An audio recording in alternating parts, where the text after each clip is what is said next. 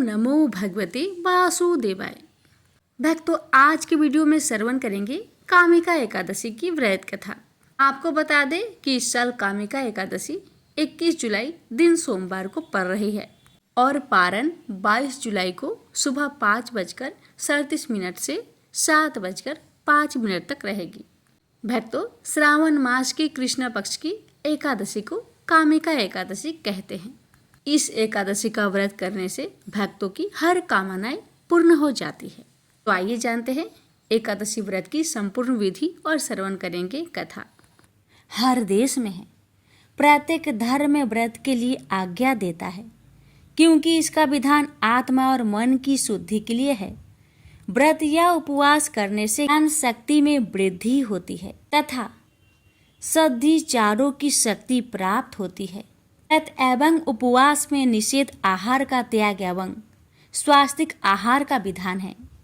इसलिए व्रत एवं उपवास आरोग्य एवं दीर्घ जीवन की प्राप्ति के उत्तम साधन है। जो व्यक्ति नियमित व्रत एवं उपवास करते हैं उन्हें उत्तम स्वास्थ्य तथा दीर्घ जीवन की प्राप्ति के साथ साथ इस लोक में सुख तथा ईश्वर के चरणों में स्थान मिलता है। नारद पुराण में व्रतों का महात्म्य बताते हुए लिखा गया है कि गंगा के समान कोई अन्य तीर्थ नहीं, माँ के समान कोई गुरु नहीं, भगवान विष्णु जैसा कोई देवता नहीं तथा व्रत एवं उपवास जैसा कोई तप नहीं। व्रतों में एकादशी व्रत को सर्वोपरि माना गया है। प्रत्येक मास में 2 एकादशी होती है। अधिक या लौध मास पड़ने पर उस मास की 2 अन्य एकादशी होती है। इस प्रकार कुल 26 एकादशियां हैं। ये सभी एकादशियां अपने नाम के अनुरूप फल देने वाली है, जिनकी कथा तथा विधि सुनने से सब भली प्रकार ज्ञात हो जाता है। एकादशी उत्पत्ति तथा महात्म्य के पढ़ने और सुनने तथा भजन कीर्तन करने से मनुष्य सुखों को प्राप्त कर अंत में विष्णु लोक को प्राप्त करता है।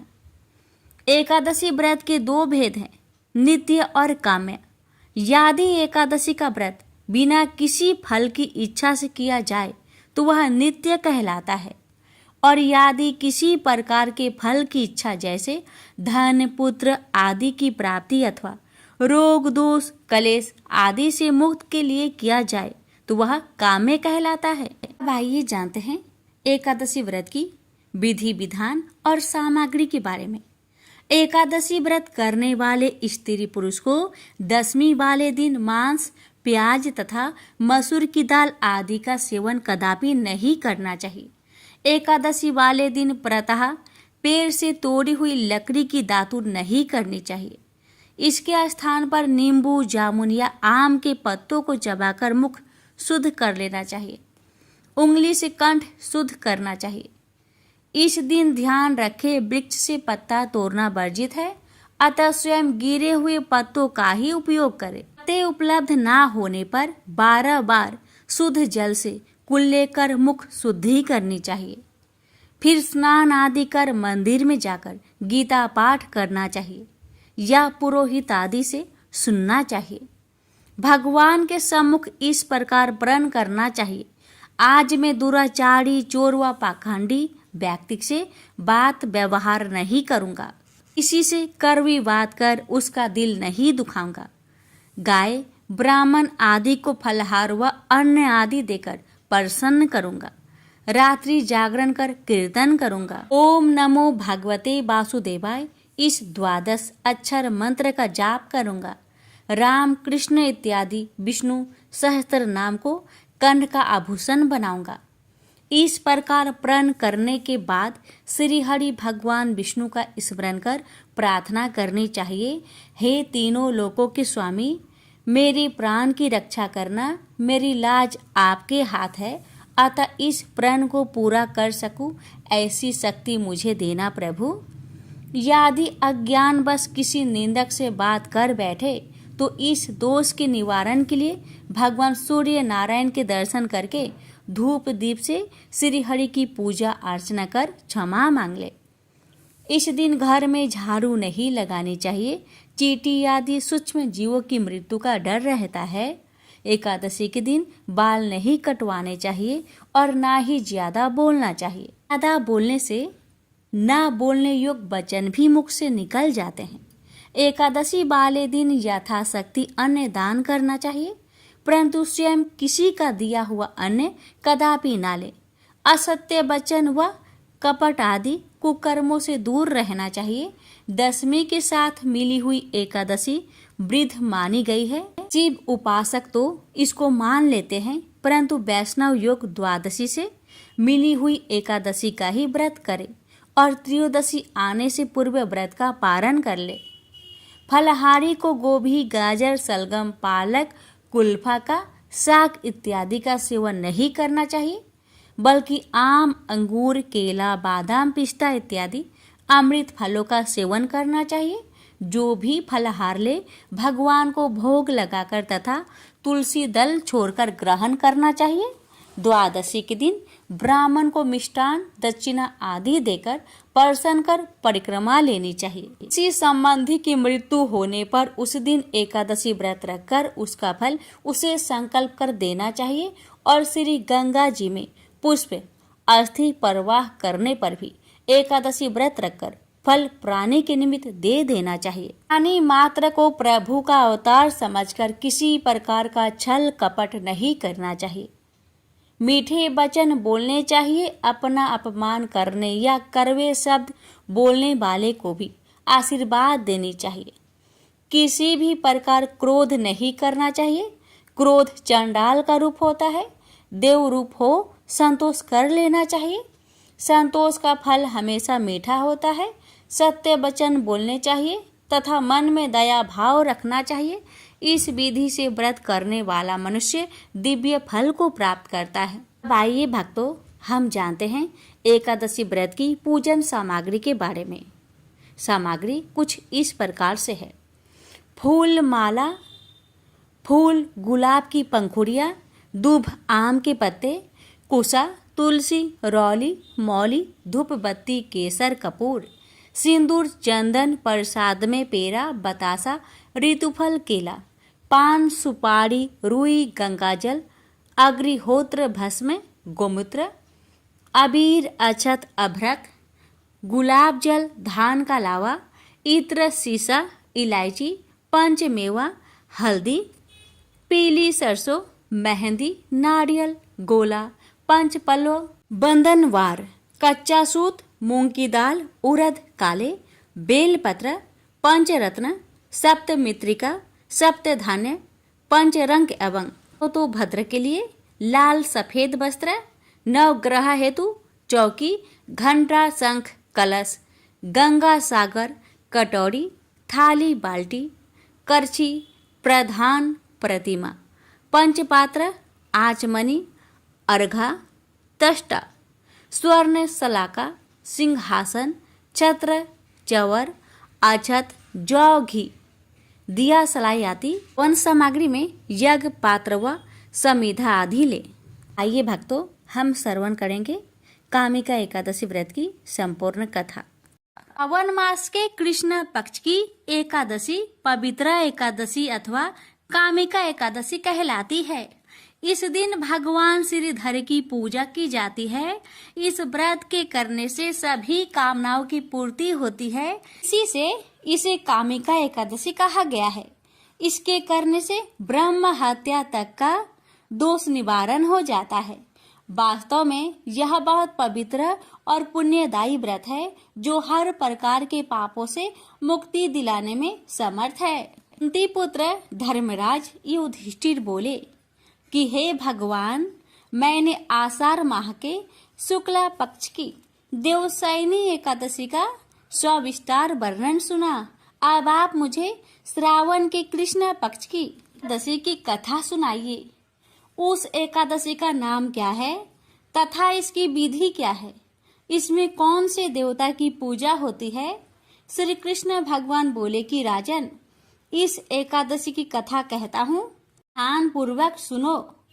एक समय इस एकादशी का पावन कथा को भीष्म पितामह ने लोक हित के लिए नारद जी से कहा था। एक समय नारद जी ने पूछा कि हे पितामह, आज मेरी श्रावण के कृष्णा पक्ष की एकादशी की कथा सुनने की इच्छा है। अतः अब आप एकादशी की व्रत कथा विधि सहित सुनाइए। भीष्म पितामह नारद के वचनों को सुनकर बोले कि नारद जी, आपने मुझे अत्यंत सुंदर प्रश्न किया है। आप ध्यान लगाकर सुनिए। श्रावण मास के कृष्णा पक्ष की एकादशी का नाम कामिका है। एकादशी की कथा के सुनने मात्र से ही वाजपेयी यज्ञ का फल मिलता है। कामिका एकादशी के व्रत में शंख चक्र गदाधारी विष्णु भगवान की पूजा होती है। जो मनुष्य इस एकादशी की धूप दीप नैवेद्य आदि से भगवान विष्णु की पूजा करते हैं, उन्हें गंगा स्नान के फल से भी बड़ा फल मिलता है। सूर्य चंद्र ग्रहण में केदार और कुरुक्षेत्र में स्नान करने से जो पुण्य मिलता है, वह पुण्य विष्णु भगवान की भक्ति पूर्वक पूजा करने से मिल जाता है। श्री विष्णु भगवान के पूजन का फल समुद्र और वन सहित पृथ्वी दान करने और सिंह राशि वालों को तावड़ी नदी में स्नान करने के फल से भी अधिक होता है। वैदिपात में गंडकी नदी में स्नान करने से जो फल मिलता है, वह फल भगवान की पूजा करने से मिलता है। संसार में भगवान की पूजा का फल सबसे अधिक है। भगवान की पूजा का फल श्रावण मास के कृष्णा पक्ष की एकादशी के फल के बराबर है। अतः भक्ति पूर्वक भगवान की पूजा ना बन सके तो श्रावण मास के कृष्णा पक्ष की कामिका एकादशी का व्रत अवश्य करना चाहिए। आभूषणों से युक्त बछड़ा सहित गौदान करने से जो फल मिलता है, वह फल कामिका एकादशी के व्रत से मिल जाता है। जो उत्तम द्विज श्रावण मास के कृष्णा पक्ष की कामिका एकादशी का व्रत करते हैं तथा श्री विष्णु भगवान की पूजा करते हैं, उससे समस्त देव, नाग, किन्नर, पितृ आदि की पूजा हो जाती है। इसलिए पापी से डरने वाले व्यक्तियों को विधि विधान सहित इस व्रत को करना चाहिए। संसार सागर तथा पापों में फंसे हुए मनुष्य को इनसे छूटने के लिए कामिका एकादशी का व्रत करना चाहिए। कामिका एकादशी के व्रत से समस्त पाप नष्ट हो जाते हैं। संसार में इससे अधिक पापों को नष्ट करने वाला कोई और उपाय नहीं है।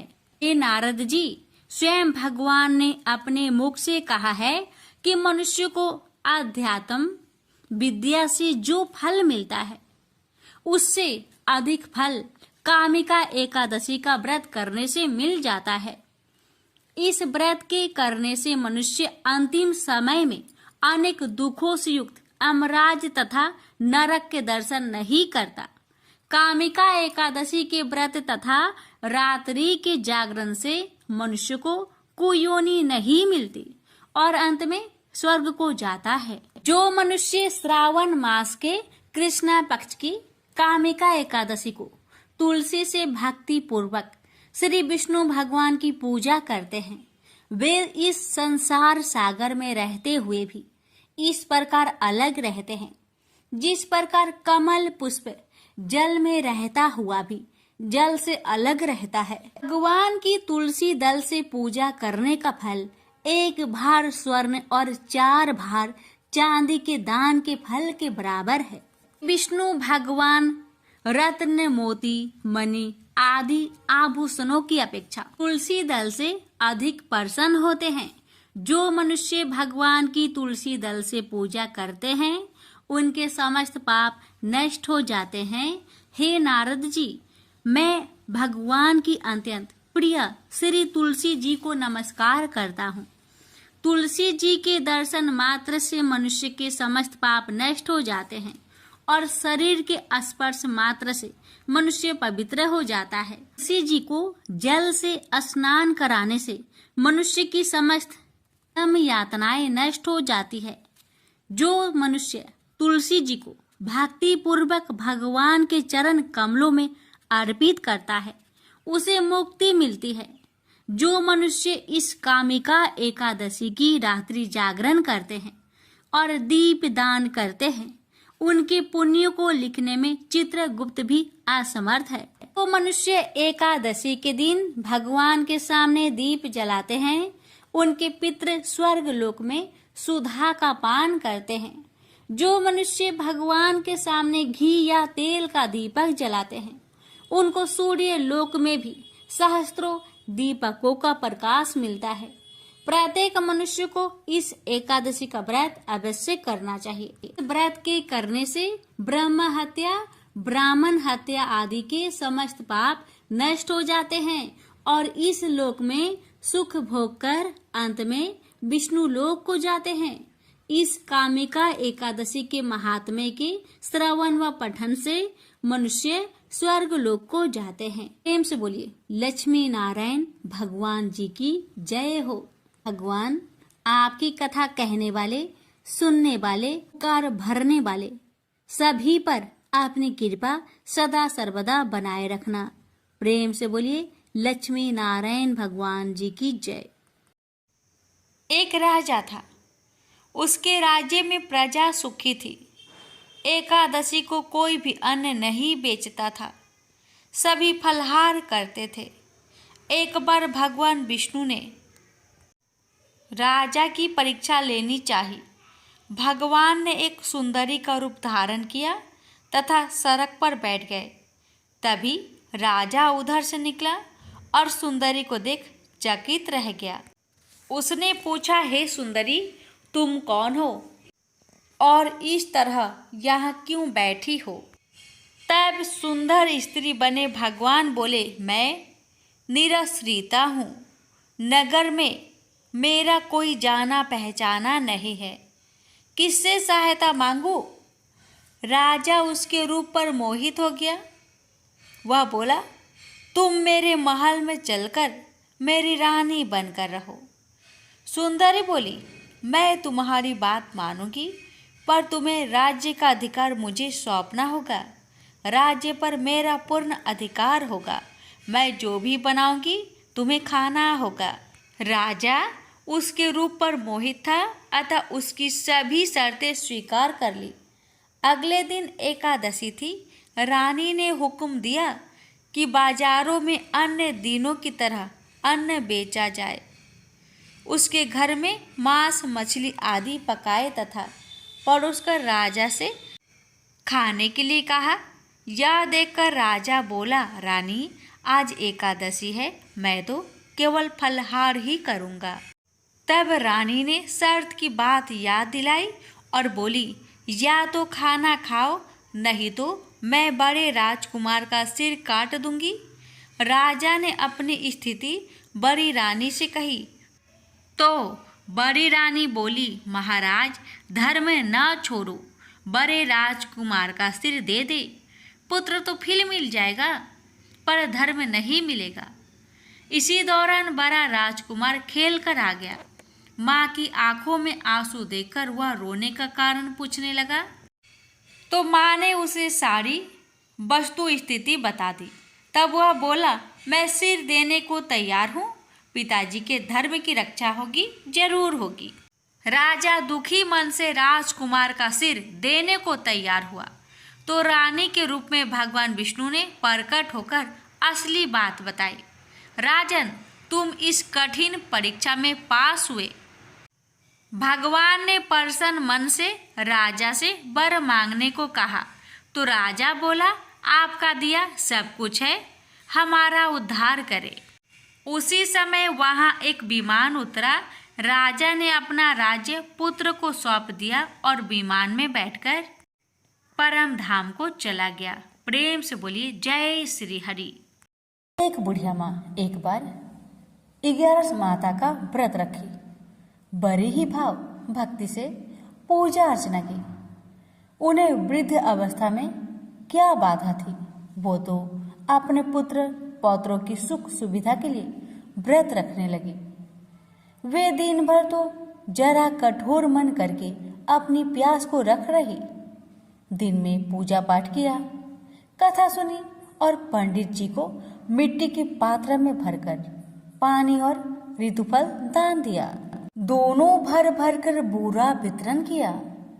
उन्हें गर्मी के कारण बहुत बेचैनी हो रही थी। इस कारण से बड़ी देर तक पानी में पड़ी रही और पानी की कुल्ला करती रही, मुंह धोती रही। तब कहीं थोड़ा बहुत धैर्य बंध पाया। धूप तो तेज पड़ रही थी, इस कारण बार बार मुंह सूख रहा था। बूढ़ी माँ बहुत बेचैन हो रही थी।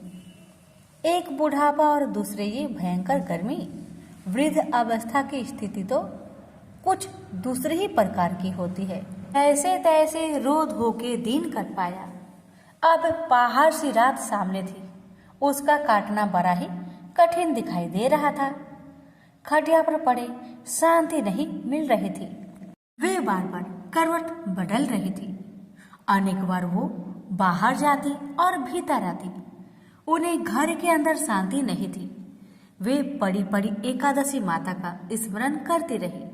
वे कहती रही कि हे माता जी, आप मेरी लाज रखेगा, आप ही मुझे शक्ति दे दीजिएगा जिससे मैं भली भांति आपका व्रत कर सकूं और ये पहाड़ सी रात शांति पूर्वक व्यतीत हो सके। प्यास के कारण बूढ़ी माँ की बेचैनी तो बढ़ ही रही थी। उन्होंने धैर्य रखने का बहुत प्रयास किया, किंतु सहनशीलता की सीमा टूट गई और वे घबराकर एकदम चिल्ला पड़ी। बोली, बचाओ बचाओ बचाओ। अम्मा का चिल्लाना सुनकर परिवार भर के नर नारी, बच्चे और पड़ोसी एकत्रित होकर बूढ़ी अम्मा की खटिया के समीप पहुंच गए। सबने पूछा, अम्मा जी, आपको क्या हो गया? आप क्यों चिल्ला पड़ी हैं? आप इस वृद्धावस्था में ये कठिन व्रत क्यों कर रही हैं? अम्मा जी ने कहा, शक्ति से ही भक्ति होती है। थोड़ी ही देर में वे फिर से बोली कि अरे, हमारे प्राण तो ही निकल जा रहे हैं। मेरी छाती पर ठंडे पानी का घड़ा रख दीजिए। नातियों ने दादी की छाती पर ठंडे पानी का पात्र रख दिया। तब कहीं उन्हें थोड़ा बहुत आराम मिला और थोड़ी देर के लिए उन्होंने अपनी आंखें बंद कर ली। एकादशी माता ने सोचा कि ये बूढ़ी अम्मा है तो बहुत कठोर, जरा जाकर उसकी परीक्षा लेनी चाहिए। वे आधी रात को मुर्गा बनकर टेर लगाने लगी। मुर्गा की आवाज सुनकर दादी जल्दी से उठी और बाहर जाकर आसमान की ओर देखा, किंतु आसमान में कहीं उन्हें प्रातःकालीन तारा दिखाई नहीं दिया। वे सोचने लगी कि ये मुर्गा क्यों और कैसे बोल गया है। अभी तो आधा रात मालूम प्रतीत होता है। उन्हें प्यास तो बहुत लग ही रही थी। थोड़ा बहुत उनका मन भी विचलित होने लगा था, किंतु अंत में उन्होंने दृढ़ निश्चय किया कि मैं अब व्रत को पूर्ण करके ही छोड़ूंगी, चाहे कुछ भी हो जाए, मेरा प्राण ही क्यों ना निकल जाए। ये सोचकर फिर वे खटिया पर शिथिल होकर सो गई। थोड़ी ही देर में एकादशी माता ने उनकी फिर से परीक्षा लेनी चाहिए।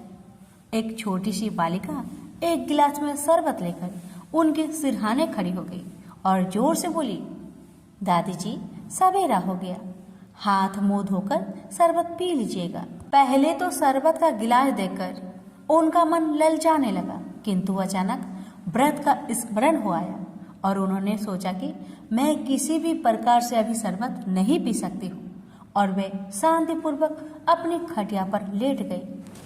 फिर थोड़ी देर में उन्हें ऐसा लगा कि जैसे किसी ने उन्हें पानी के कुएं में पटक दिया हो। वे बड़ी देर तक उस कुएं में हाथ पांव चलाती रही, किंतु उन्होंने अपने मुख में पानी की एक बूंद भी नहीं जाने दी और वे दृढ़तापूर्वक अपना व्रत पालन करती रही। थोड़ी ही देर में न जाने कहां से सामने आग जलने लगी, जिससे भारी गर्मी बढ़ने लगी।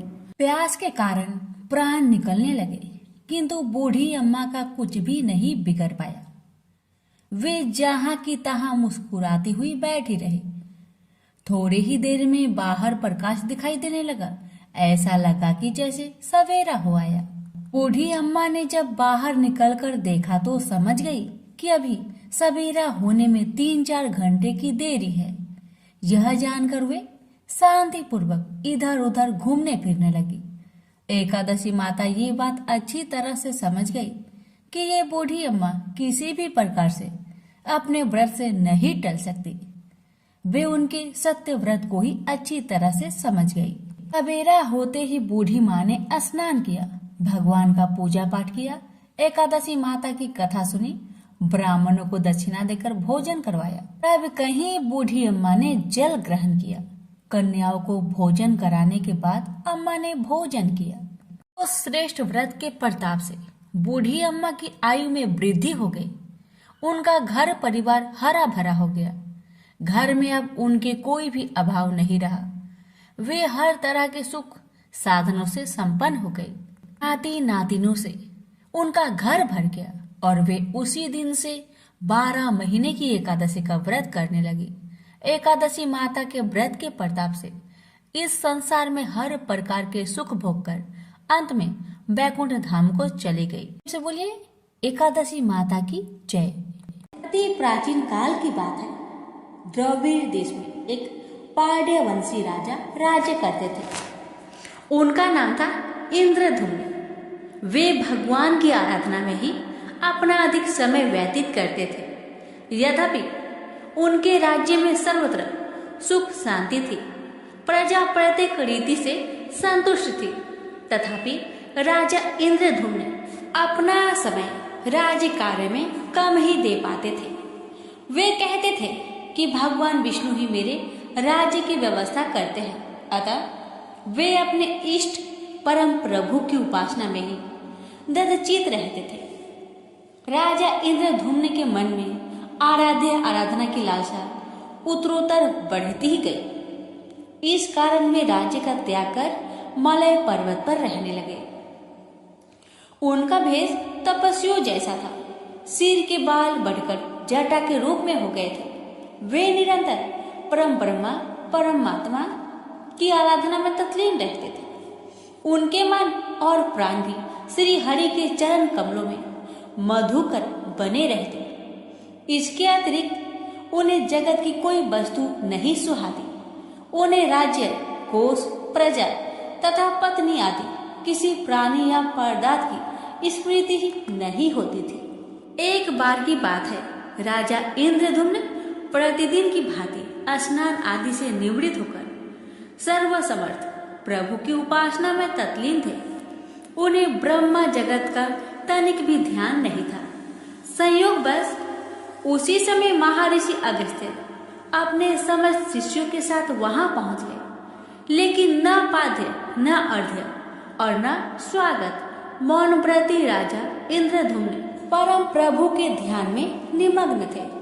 इससे महर्षि अगस्त्य कुपित हो गए। उन्होंने इंद्रधुम्न को श्राप दिया, इस राजा ने गुरुजनों से शिक्षा नहीं ग्रहण की है और अभिमान बस परोपकार से निवृत्त होकर मनमानी कर रहा है।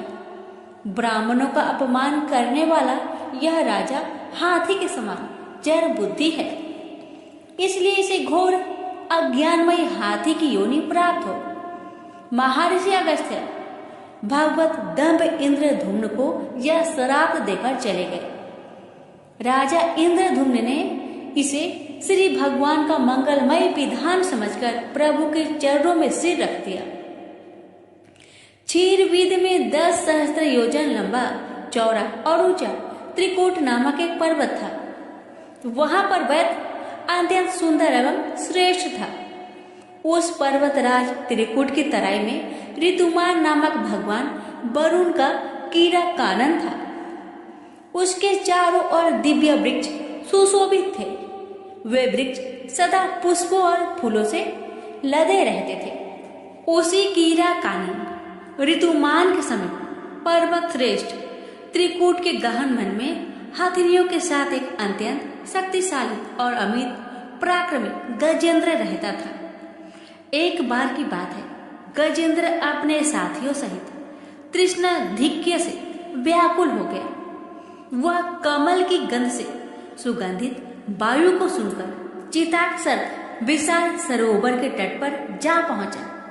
गजेंद्र ने उस सरोवर के निर्मल, शीतल और मीठे जल में प्रवेश किया। पहले तो उसने जल पीकर अपनी तृष्णा बुझाई, फिर जल में स्नान कर अपना श्रम दूर किया। तत्पश्चात उसने जल क्रीड़ा आरंभ कर दी। वह अपनी सूर में जल भरकर उसकी फुहारे से हाथनियों को स्नान कराने लगा। तभी अचानक गजेंद्र ने सूर उठाकर चित्कार की। पता नहीं किधर से एक मगर ने आकर उसका पैर पकड़ लिया था। गजेंद्र ने अपना पैर छुड़ाने के लिए पूरी शक्ति लगाई, परंतु उसका बस नहीं चला, पैर नहीं छूटा। अपने स्वामी गजेंद्र को ग्रहग्रस्त देखकर हथनियां, कला और अन्य गज अत्यंत व्याकुल हो गए। वे सूर उठाकर चिघाड़ने और गजेंद्र को बचाने के लिए सरोवर के भीतर बाहर दौड़ने लगे। उन्होंने पूरी चेष्टा की, लेकिन सफल नहीं हुए। वस्तुतः महर्षि अगस्त्य के श्राप से राजा इंद्रधुम्न ही गजेंद्र हो गए थे और गंधर्व श्रेष्ठ हुहु महर्षि देवल के श्राप से ग्रह हो गए थे। वे भी अत्यंत पराक्रमी थे। संघर्ष चलता रहा। गजेंद्र स्वयं को बाहर खींचता और ग्रह गजेंद्र को भीतर खींच ले जाता। सरोवर का निर्मल जल गंदला हो गया था। कमल दल छत बिछत हो गए। जल जंतु व्याकुल हो उठे। गजेंद्र और ग्रह का संघर्ष 1 सहस्त्र वर्ष तक चलता रहा। दोनों जीवित रहे। यह दृश्य देखकर देवगण चकित हो गए। अंततः गजेंद्र का शरीर शिथिल हो गया। उसके शरीर में शक्ति और मन में उत्साह नहीं रहा, परंतु जलचर होने के कारण ग्रह की शक्ति में कोई कमी नहीं आई। उसकी शक्ति बढ़ गई। वह नवीन उत्साह से अधिक शक्ति लगाकर गजेंद्र को खींचने लगा। असमर्थ गजेंद्र के प्राण संकट में पड़ गए। उसकी शक्ति और पराक्रम का अहंकार चूर चूर हो गया। वह पूर्णतया निराश हो गया, किंतु पूर्व जन्म के निरंतर भागवत आराधना के फलस्वरूप उसे भागवत स्मृति हुआ। उसने निश्चय किया कि मैं कराल काल के भय से चराचर प्राणियों के शरण सर्वसमर्थ प्रभु की शरण ग्रहण करता हूँ। इस निश्चय के साथ गजेंद्र मन को एकाग्र कर पूर्व जन्म में सीखे श्रेष्ठ स्रोत द्वारा परम प्रभु की स्तुति करने लगा। गजेंद्र की स्तुति सुनकर सर्वात्मा सर्वदेव रूप भगवान विष्णु प्रकट हो गए। गजेंद्र को पीड़ित देखकर भगवान विष्णु गरुड़ पर आरूढ़ होकर अत्यंत शीघ्रता से उक्त सरोवर के तट पर पहुंचे। जब जीवन से निराशा तथा पीड़ा से छटपटाते गजेंद्र ने हाथ में चक्र लिए गरुड़ारूढ़ भगवान विष्णु को तीव्रता से अपनी ओर आते देखा। उसने कमल का एक सुंदर पुष्प अपनी सूर में लेकर ऊपर उठाया और बड़े कष्ट से उसने कहा, नारायण जगत गुरु भगवान, आपको नमस्कार है। गजेंद्र को अत्यंत पीड़ित देखकर भगवान विष्णु गरुड़ की पीठ से कूद पड़े और गजेंद्र के साथ ग्रह को भी सरोवर से बाहर खींच लाए और तुरंत अपने तीक्ष्ण चक्र से ग्रह का मुख फाड़कर गजेंद्र को मुक्त कर दिया। ब्रह्मा आदि देवगण श्री हरि की प्रशंसा करते हुए उनके ऊपर स्वर्ग सुमनों की वृष्टि करने लगे। सिद्ध और ऋषि महर्षि परम ब्रह्मा भगवान विष्णु का गुणगान करने लगे। ग्रह दिव्य शरीरधारी हो गया। उसने विष्णु के चरणों में सिर रखकर प्रणाम किया और भगवान विष्णु के गुणों की प्रशंसा करने लगा। भगवान विष्णु के मंगलमय वरद हस्त के स्पर्श से पाप मुक्त होकर अभिशप्त हुहु गंधर्व ने प्रभु की परिक्रमा की और उनके त्रिलोक्य बंदित चरण कमलों में प्रणाम कर अपने लोक को चला गया। भगवान विष्णु ने गजेंद्र का उद्धार कर उसे अपना पार्षद बना लिया। गंधर्व सिद्ध और देवगण उनकी लीला का गान करने लगे। गजेंद्र की स्तुति से प्रसन्न होकर भगवान विष्णु ने सबके समक्ष कहा, प्यारे गजेंद्र, जो लोग ब्रह्म मुहूर्त में उठकर तुम्हारी की हुई स्तुति से मेरा स्तवन करेंगे, उन्हें मैं मृत्यु के समय निर्मल बुद्धि का दान करूंगा। यह कहकर भगवान विष्णु ने पार्षद रूप में गजेंद्र को साथ लिया और गरुड़ारूढ़ होकर अपने दिव्य धाम को चले गए। तो प्रेम से बोलिए लक्ष्मी नारायण की जय। एक समय रघुदास नाम के भगवान रामचंद्र के एक महान भक्त थे। वह पुरी में जगन्नाथ मंदिर के सिंह द्वार के पास एक बड़ी छतरी के नीचे रहते थे। एक बार जब वह भगवान जगन्नाथ के दर्शन करने गए तो उन्होंने जगन्नाथ की बेदी पर राम, लक्ष्मण और सीता को देखा। उस दिन से उन्हें विश्वास हो गया कि भगवान जगन्नाथ भगवान रामचंद्र से भिन्न नहीं है। एक बार रघु ने भगवान जगन्नाथ के लिए एक अच्छी माला तैयार की और पुजारी को भगवान को चढ़ाने के लिए दी, लेकिन पुजारी इसे चढ़ाना नहीं चाहता था क्योंकि रघु ने केले के पेड़ की छाल से बनी डोरी का इस्तेमाल किया था। उस समय जगन्नाथ के मंदिर में ऐसी चीजों का प्रयोग वर्जित था। रघु को बहुत दुख हुआ कि उनकी माला भगवान जगन्नाथ को नहीं चढ़ाई गई। वह बहुत उदास महसूस करते हुए मंदिर के बाहर चला गया। बाद में दिन में पुजारी शाम की आरती समाप्त कर रहा था। भगवान के शयन करने से पहले पुजारी उन्हें एक विशेष पोशाक पहनाते हैं जिसे बड़ा श्रृंगार वैसा कहा जाता है। भगवान को श्रृंगारित करने के बाद पुजारी ने उनके शरीर को फूलों से सजाना शुरू कर दिया, लेकिन उसे आश्चर्य हुआ कि उसने जो कुछ भी किया भगवान के शरीर पर एक भी फूल नहीं बचा। भगवान किसी भी फूल को स्वीकार नहीं करेंगे। सभी पुजारी यह सोचकर बहुत चिंतित हो गए कि अवश्य ही उन्होंने कोई अपराध किया है, लेकिन यह क्या हो सकता था। उन सभी ने निर्णय लिया कि यह समझने की कोशिश करने के लिए कि उन्होंने क्या अपराध किया है।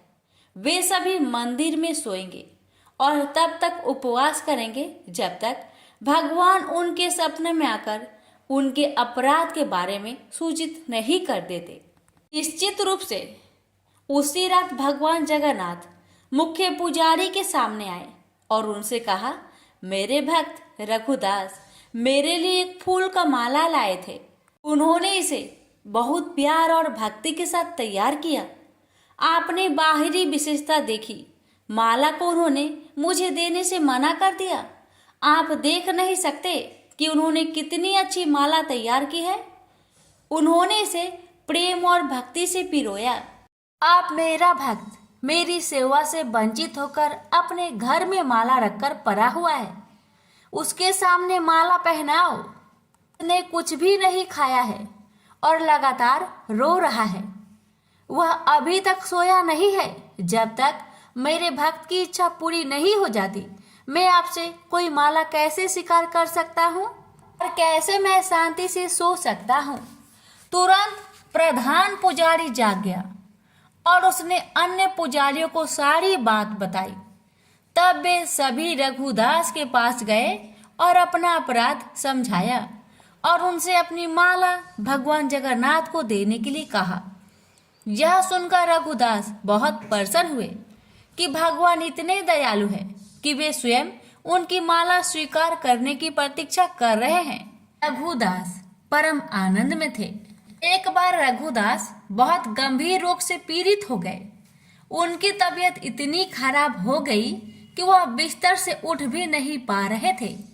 उन्हें अपने बिस्तर में ही मल त्याग करना पड़ा। बदबू बहुत बुरी थी। रघुदास बहुत बीमार होने के कारण खुद की मदद करने में असमर्थ होकर बेहोश हो गए। एक छोटा लड़का रघुदास की सेवा के लिए आ रहा था।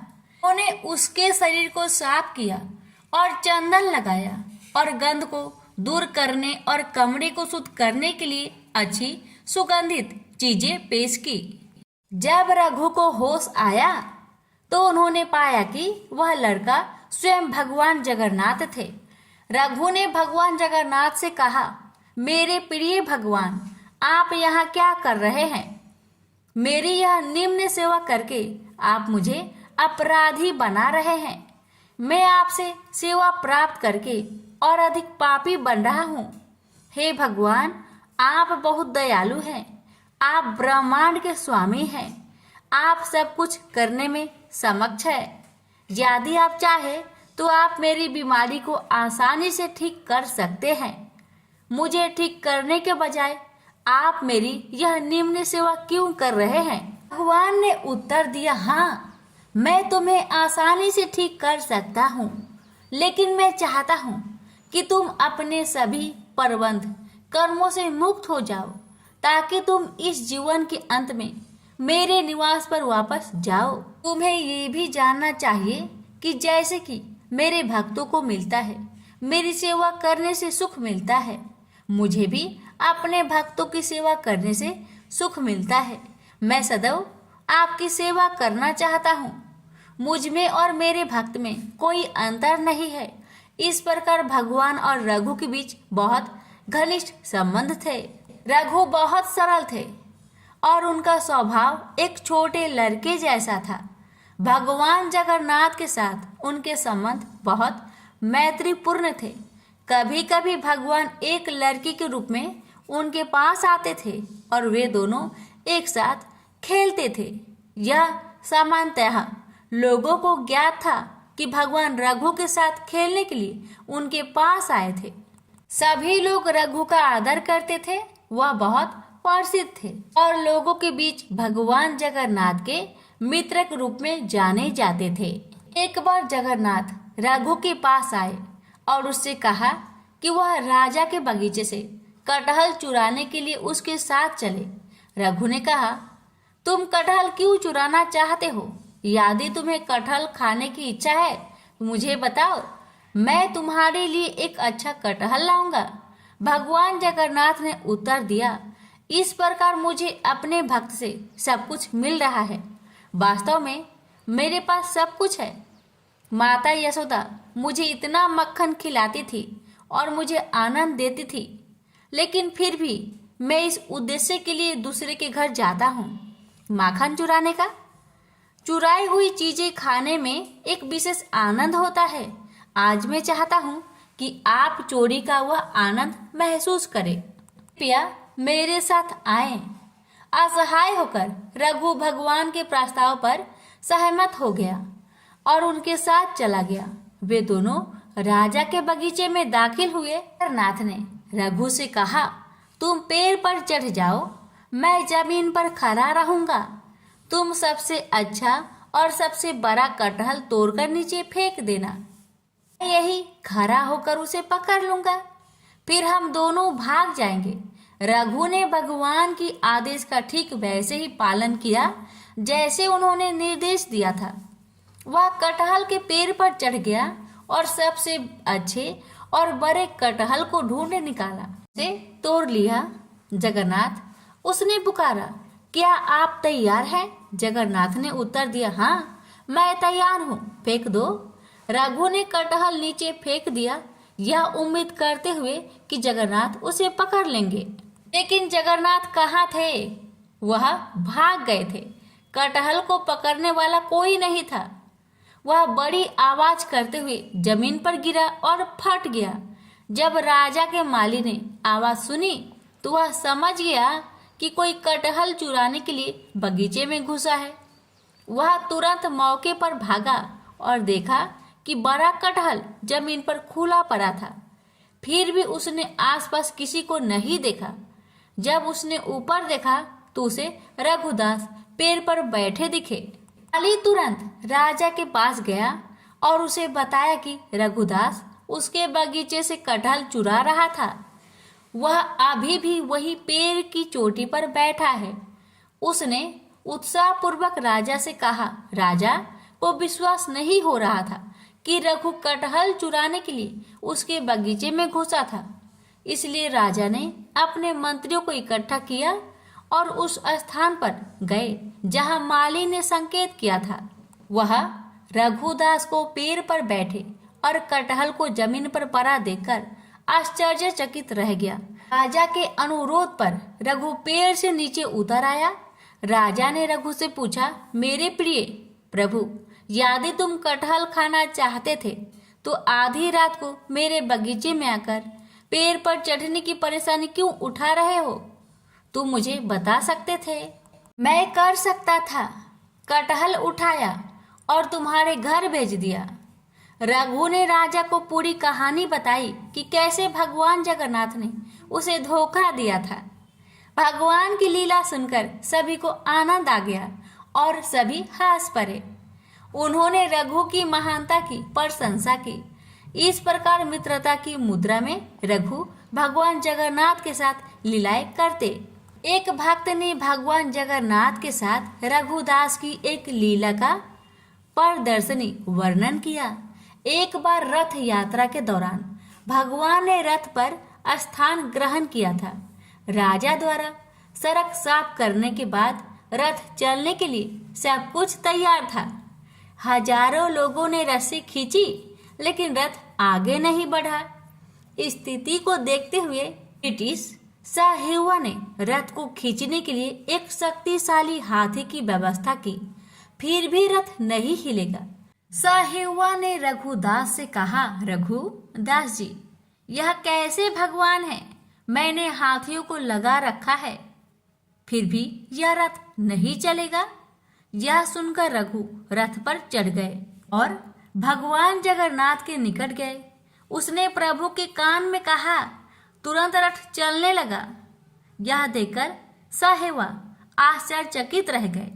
उन्होंने रघुदास से कहा, आप पूर्ण हैं और आपके भगवान भी पूर्ण हैं। रघुदास जहाँ भी रहते थे प्रसाद से भरा बर्तन किसी के भी लेने के लिए बाहर छोड़ देते थे। वह उसी बर्तन से प्रसाद लेता था जिसे पशु पंछी लेते थे। यह उनका अद्भुत स्वभाव था।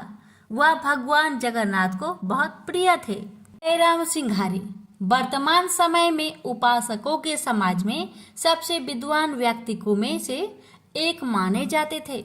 उनके पास कोई शैक्षणिक डिग्री या डिप्लोमा नहीं था, लेकिन उन्हें भारत के प्राचीन महाकाव्यों का गहन ज्ञान था। भारत के विभिन्न हिस्सों से आने वाले कई लोग उन्हें अपने आध्यात्मिक मार्गदर्शक के रूप में मानते थे। उन्होंने केवल महाप्रसाद खाया जो भगवान जगन्नाथ को चढ़ाए जाने वाला चावल का भोग है। एक दिन किसी कारणवश उसके बेटे उसे मंदिर से नहीं लाए। हालांकि उसने पूरे दिन कुछ भी नहीं खाया था, फिर भी उसने कभी अपनी भूख प्रकट नहीं की। केवल उसकी पत्नी को पता था। जब वह उदास लग रही थी, सिंघारी ने उसे सत्वना दी, वह देगा, वह भेजेगा, लेकिन आधी रात को कौन देगा? सब सो गए, उसकी पत्नी भी। कुछ देर बाद दरवाजे पर हल्की सी दस्तक हुई। दरवाजा खुलने पर बूढ़े व्यक्ति को एक केले का पत्ता मिला जिसमें 7 प्रकार के मंदिर के केक थे। कोई नहीं था।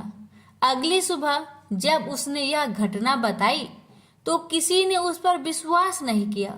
पूरे दिन भगवान जगन्नाथ का यह चमत्कार लोगों के मन में छाया रहा।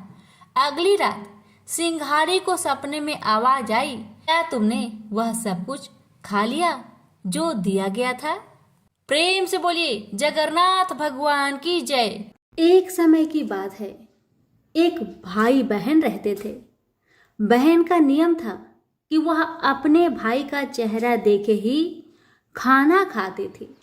हर रोज सुबह उठती थी और जल्दी जल्दी घर का सारा काम काज करके अपने भाई का मुख देखने के लिए उसके घर से निकल जाती। एक दिन रास्ते में एक पीपल पेड़ के नीचे गणेश जी की मूर्ति रखी हुई थी।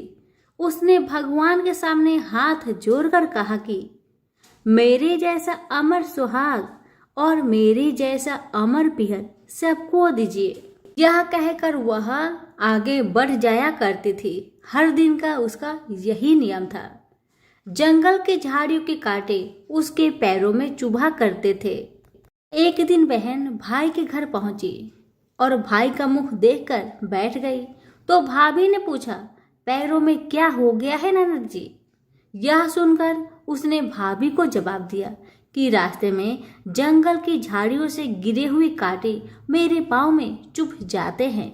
जब वह वापस अपने घर आ गई तब भाभी ने अपने पति से कहा कि रास्ते को साफ करवा दो। हमारी ननद यानी कि आपकी बहन झाड़ियों के रास्ते से आती है तो उसके पाँव में बहुत सारे कांटे चुभ जाते हैं। पत्नी की इतना बात सुनते ही भाई तुरंत उठा और हाथों में कुल्हाड़ी लेकर सारी झाड़ियों को काटकर रास्ता साफ कर दिया। और इसी कारण से गणेश जी का स्थान भी वहां से हट गया। यह देखकर भगवान गुस्सा हो गए और उसके भाई के प्राण को हर लिए। लोग अंतिम संस्कार के लिए जब भाई को ले जा रहे थे तब उसकी भाभी रोती हुई लोगों से कही, थोड़ी देर रुक जाओ, उसकी बहन आने वाली है, वह अपने भाई का मुख देखे बिना नहीं रह सकती, उसका यह हर दिन का नियम है। तब लोगों ने कहा, आज तो देख लेगी पर कल कैसे देखेगी। रोज के दिन की तरह बहन अपने भाई का मुख देखने के लिए जंगल में निकल दी। जब जंगल में उसने देखा कि सारा रास्ता साफ किया हुआ है तब वह आगे बढ़ी तो उसने देखा कि सिद्धि विनायक को भी वहां से हटा दिया गया है। तब उसने जाने से पहले गणेश जी को एक अच्छे स्थान पर रखकर उन्हें स्थान दिया और हाथ जोड़कर बोली, हे गणेश महाराज, मेरे जैसा अमर सुहाग और मेरे जैसा अमर पिहर सबको देना। और फिर इतना कहकर आगे निकल गई। लड़की की बात सुनकर भगवान गणेश सोच में पड़ गए, अगर मैं इसका नहीं सुना तो मुझे कौन मानेगा, हमें कौन पूजेगा। तब सिद्धि विनायक ने उसे पीछे से आवाज दिया कि बेटी, इस खेजड़ी की 7 पत्तियां ले जा और उसे कच्चे दूध में घोलकर भाई के ऊपर छींटा मार देना, वह उठकर बैठ जाएगा। यह सुनकर जब बहन पीछे मुड़ी तो उसने देखा कि वहां तो कोई नहीं है, लेकिन फिर भी उसके दिल से आवाज आई, जो मैंने सुना वैसे ही करती हूँ, देखा जाए क्या होता है। इतना सोचकर वह 7 खेजड़ी की पत्तियां लेकर अपने भाई के घर पहुंची। उसने देखा वहां कई लोग बैठे हुए हैं, भाभी बैठी रो रही है और पास में ही भाई का लाश रखा हुआ है। तब उसे रास्ते में जो आवाज सुनाई दी थी वही बात याद आई और उसने वैसा ही किया जैसे उसने सुना था।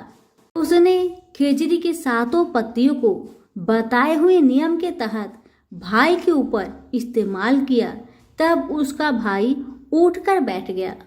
भाई बोला बहन से, मुझे तो बहुत ही गहरी नींद आ गई थी। तब बहन बोली, यह नींद किसी दुश्मन को भी ना आए, और उसने सारी बात अपने भाई को बता दी। हे गणेश महाराज, जैसे आपने उस बहन की सुनी वैसे ही कहानी कहने वाले, हुक्कारे भरने वाले सभी की परिवार की सुनना और सभी के परिवार की रक्षा करना। सभी प्रेम से बोलिए गणेश महाराज की जय हो। सभी व्रत में सुनी जाने वाली लपसी तपसी की कथा। एक लपसी था, एक तपसी था। तपसी हमेशा भगवान की तपस्या में लीन रहता था। लपसी रोजाना 1.25 सेर की लापसी बनाकर भगवान का भोग लगाकर जीम लेता था। एक दिन दोनों लड़ने लगे। तपसी बोला, मैं रोज भगवान की तपस्या करता हूँ इसलिए मैं बड़ा हूँ। लपसी बोला, मैं रोज भगवान को 1.25 सेर लापसी का भोग लगाता हूँ इसलिए मैं बड़ा हूँ। नारद जी वहां से गुजर रहे थे। दोनों को लड़ता देखकर उनसे पूछा कि तुम क्यों लड़ रहे हो। तपसी ने खुद के बड़ा होने का कारण बताया और लपसी ने अपना कारण बताया। नारद जी बोले, तुम्हारा फैसला मैं कर दूंगा। दूसरे दिन लपसी और तपसी नहाकर अपनी रोज की भक्ति करने आए तो नारद जी ने छुपकर 1.25 करोड़ की एक अंगूठी दोनों के आगे रख दिए। तपसी की नजर जब अंगूठी पर पड़ी तो उसने चुपचाप अंगूठी उठाकर अपने नीचे दबा लिया। तपसी की नजर अंगूठी पर पड़ी लेकिन उसने ध्यान नहीं दिया। भगवान को भोग लगाकर लपसी खाने लगा। नारद जी सामने आए तो दोनों से पूछा कि कौन बड़ा है, तो नारद जी ने तपसी से खड़ा होने को कहा। वो खड़ा हुआ तो उसके नीचे दबी अंगूठी दिखाई पड़ी। नारद जी ने तपसी से कहा, तपस्या करने के बाद भी तुम्हारी चोरी करने की आदत नहीं गई, इसलिए लपसी बड़ा है और तुम्हें तुम्हारी तपस्या का कोई भी फल नहीं मिलेगा। तपसी शर्मिंदा होकर माफी मांगने लगा। उसने नारद जी से पूछा, मुझे मेरी तपस्या का फल कैसे मिलेगा। नारद जी ने कहा, यदि कोई गाय और कुत्ते की रोटी नहीं बनाएगा तो फल तुझे मिलेगा। यदि कोई ब्राह्मण को भोजन करवाकर दक्षिणा नहीं देगा तो वह फल तुझे मिलेगा। यदि कोई साड़ी के साथ ब्लाउज नहीं देगा तो फल तुझे मिलेगा। यदि कोई दिए से दिया जलाएगा तो फल तुझे मिलेगा। यदि कोई सारी कहानी सुने लेकिन तुम्हारी कहानी नहीं सुने तो फल तुझे मिलेगा। उसी दिन से हर व्रत कथा कहानी के साथ लैप्सी तैप्सी की कहानी भी सुनी और कही जाती है। प्रेम से बोलिए लक्ष्मी नारायण की जय।